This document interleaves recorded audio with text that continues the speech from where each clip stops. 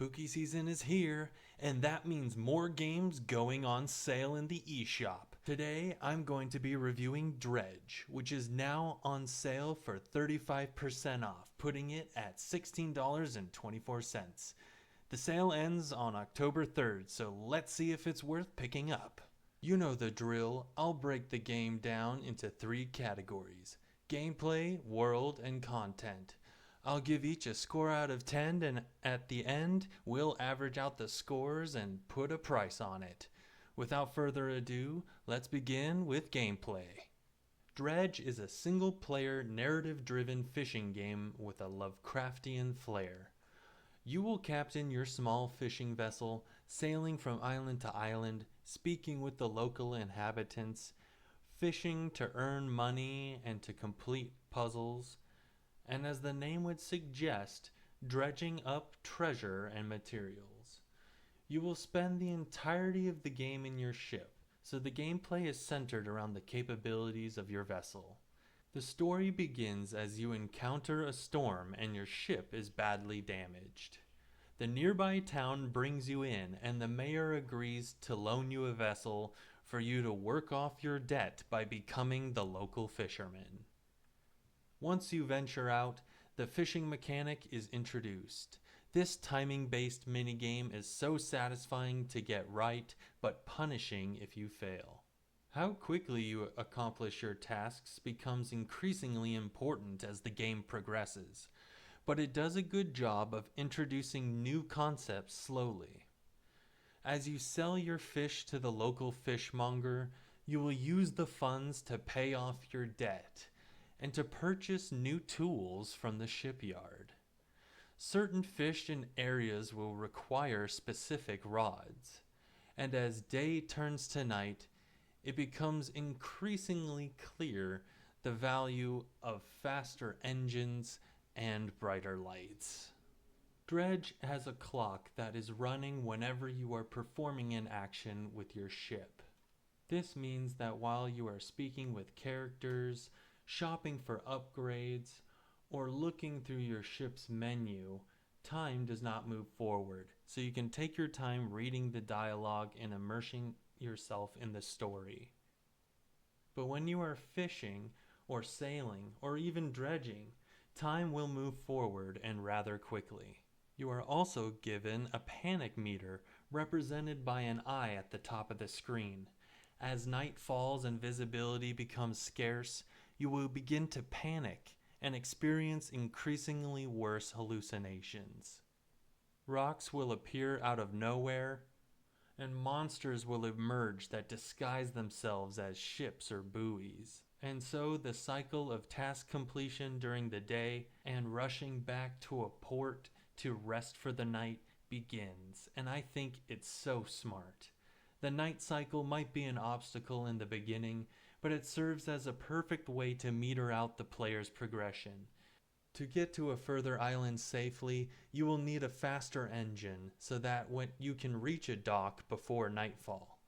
Not only does this push you to use the income-based items like the crab trap or the fishing net in order to afford upgrades, but it also stresses the importance of materials like wood and cloth and scrap which you acquire from dredging. The dredging mechanic is similar to fishing but with key differences. It also maintains its simplicity while adding challenge as you progress through the game.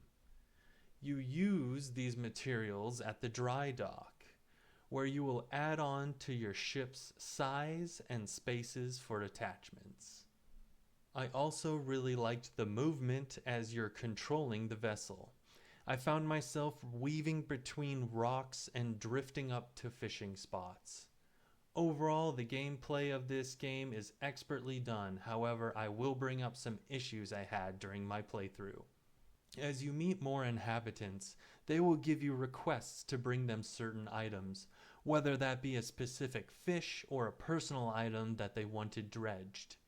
Usually, they will give you vague locations for where to find the item that you need, like the south side of an island. Though I appreciate this game asking the player to go and find without a specific marker, it does mean that there were times when I was just going from spot to spot, playing Who's That Pokemon with the fish silhouettes, trying to find the one that I needed for a specific quest. There are also certain events that only happen at night, so the game's mechanics contradict itself when it forces you to venture out into the darkness. Although once you reach a certain speed, you can outrun most baddies, and even when you do get hit, repairs become so cheap relatively that it doesn't matter much. Except when they hit an engine. Having an engine breakdown is the worst thing that can happen in this game.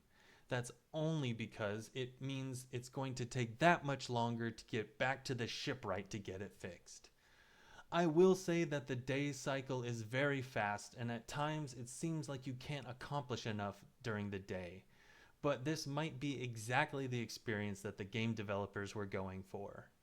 I really enjoyed the gameplay for Dredge. The simplicity of the fishing and dredging mechanics, paired with the ship management and role-playing, creates an engaging experience that will keep players chasing the next task they need to accomplish. I give it a 9 out of 10. Let's move on to the World of Dredge.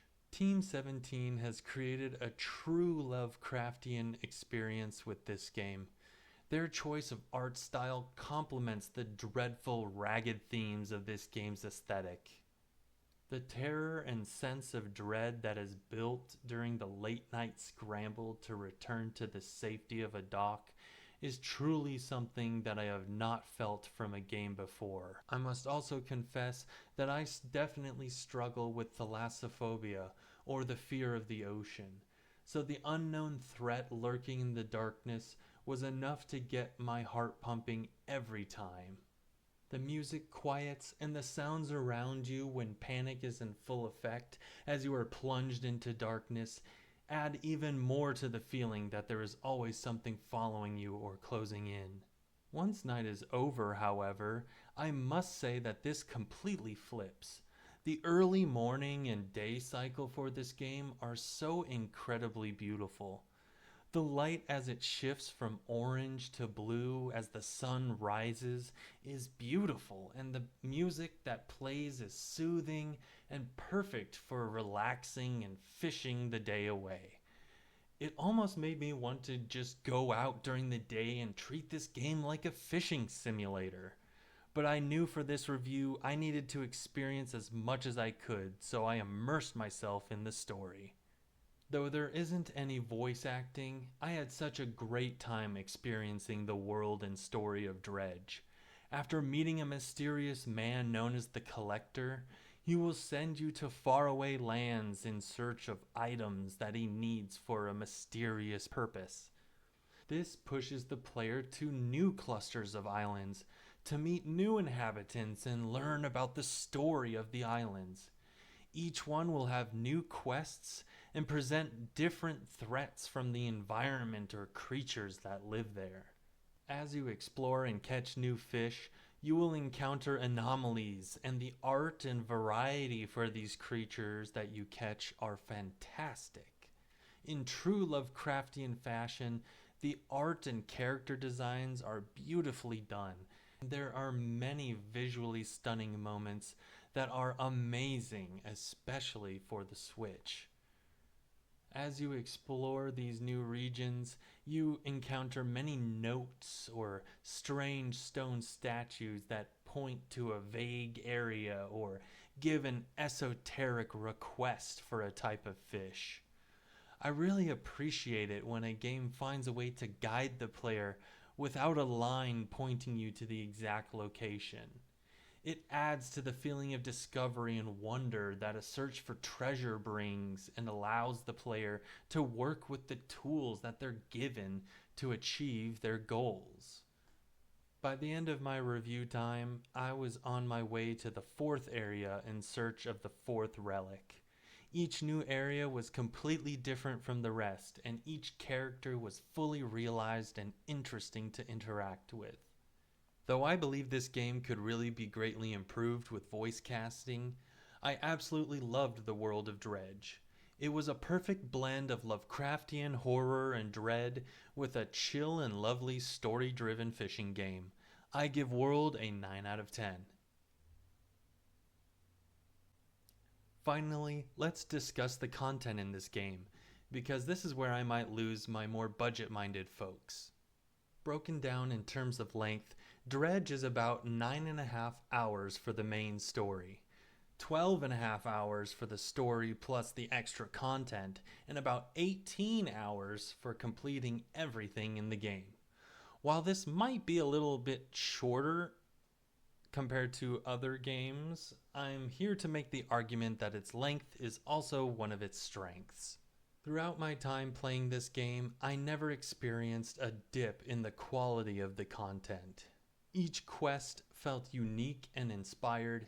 Each item you retrieve might have a personal meaning to the inhabitants of the area, and the content throughout this game is metered out perfectly. Once my time was up for the review, I felt I had made real progress.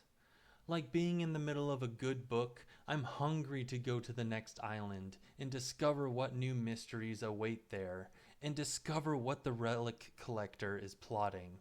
Each of the completion times that I gave are estimates given. However, if you really immerse yourself in the story and don't look up walkthroughs, I could see putting in many more hours than what is estimated. Although it might be a negative that certain items are hard to find, I think that it's worth it for that sense of discovery and being able to spend more time in this world.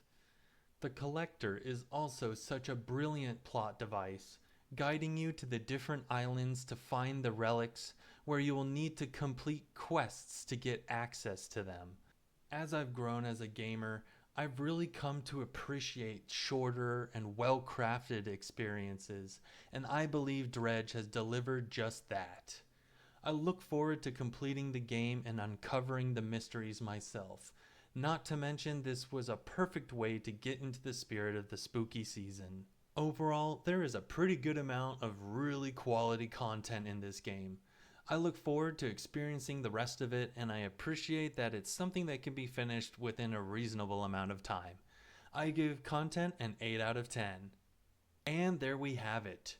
Dredge scored a 26 out of a possible 30, averaging at an 8.7 out of 10. Though a little shorter in length, I believe Dredge delivers an amazing experience that even a scaredy bear like myself truly enjoys. I would evaluate this as an $18 to $20 game and well worth picking up at the $16.24 price point. Make sure to get it in the eShop before October 6th, just in time for spooky season. Thanks for watching. Make sure to subscribe so you don't miss a review. See you in the next one. Bye bye.